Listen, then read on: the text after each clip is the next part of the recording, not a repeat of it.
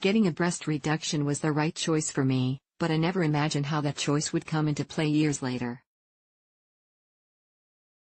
Share on Pinterest. If you buy something through a link on this page, we may earn a small commission. How this works. When I was 19 years old, I had a breast reduction. The plastic surgeon took off a total of 3.5 pounds off my chest and created more manageable C+ breasts. I chose a reduction for mostly vanity reasons, but I hoped to lessen the developing widow's hump and shoulder strain. During the planning stages, the surgeon told me I would have a 50% chance of being able to breastfeed. It was a toss-away comment without substantial science behind it. But it probably wouldn't have mattered what the stats were. I was a teenager who was mildly repulsed by the idea of breastfeeding. My self-centered teen self would have been shocked at how that decision came to haunt me when I struggled with breastfeeding my first child. Fast forward 11 years after my surgery and I was holding my crying newborn. My milk had come in, but not much of it was coming out. I had told every doctor, nurse, and lactation consultant that I had a prior breast reduction, but nobody had specific ideas on how to help. They tried different holds, nipple shields, and mumbled something about fenugreek. I pumped minuscule amounts and mixed formula in large ones. Breastfeeding was a failure.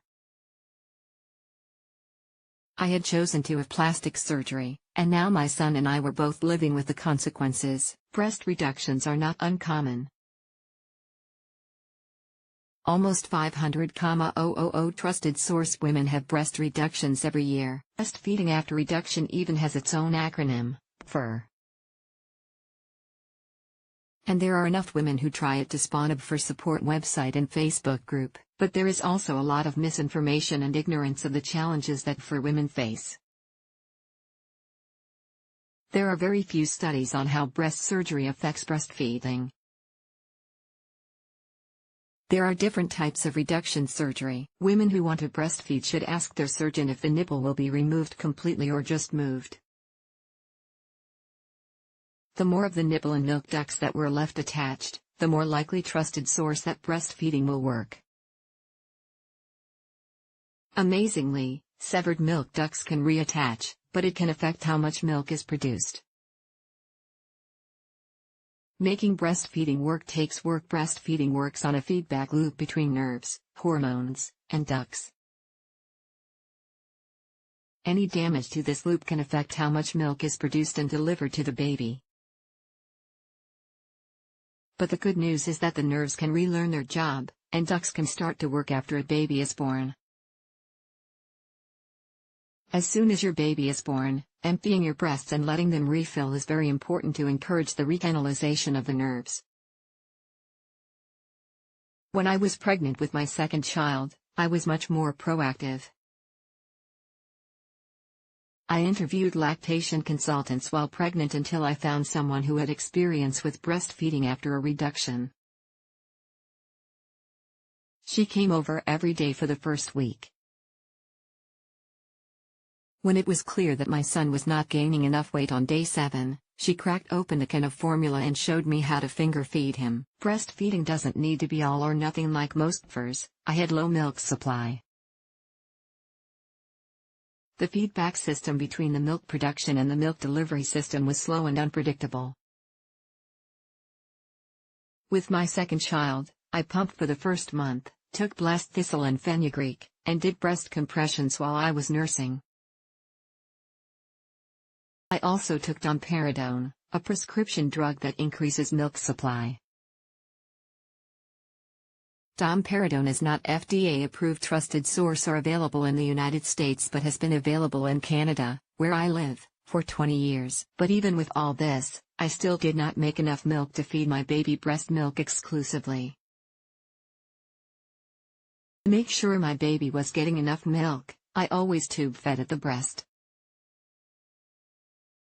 Tube feeding is easier than it sounds, especially with an easy baby, which luckily, described my second child.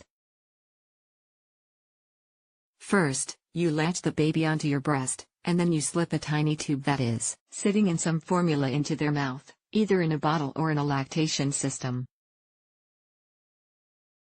As the baby sucks, they get both formula and breast milk. It's impossible to know how much breast milk my son received, but we guesstimate that his intake was about 40% breast milk. Once my son started solids at 6 months, I was able to drop the tube and nurse him on demand. Successful breastfeeding can mean different things. For some, it is breastfeeding on demand. For others, it may be supplementing breast milk with formula. First, especially, have to be open to different definitions of success.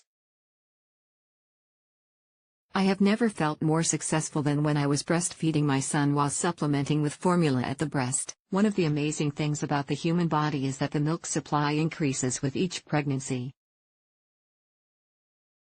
When I had my daughter 3 years later, I did not need to supplement her with formula at all, although I took domperidone daily.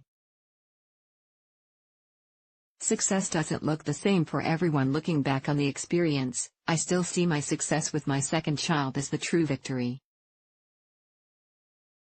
I couldn't have done it without a supportive partner, a knowledgeable lactation consultant, and a pediatrician who trusted me and was willing to be flexible.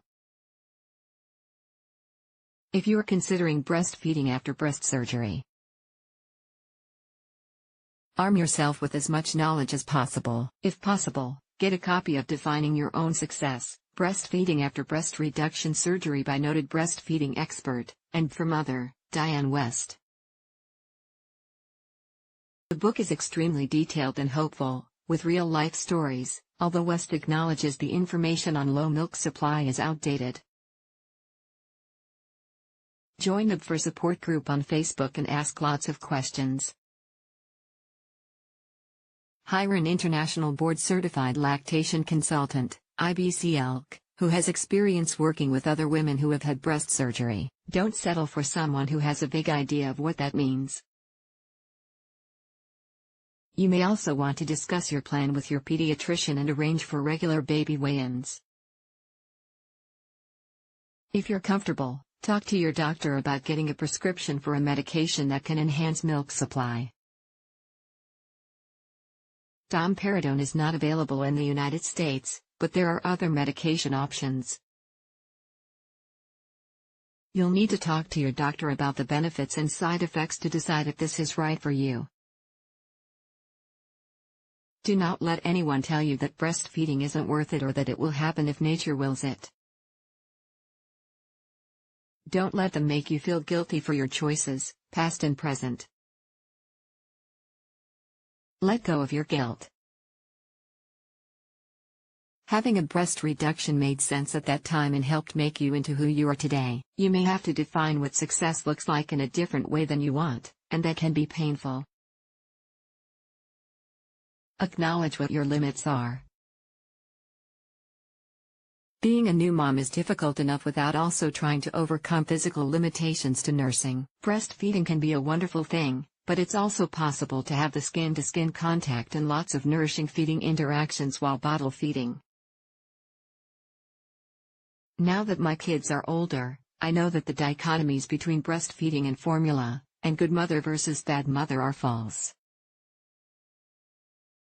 There are no health variations between my 3 kids and their different feeding methods. No one remembers or cares if your adolescent was formula-fed. Successfully breastfeeding my kids has given me satisfaction, but it is just one more thing in the beautiful mix of being a mother. Emma Waverman is a freelance journalist living in Toronto with her 3 kids, husband, and noisy dog.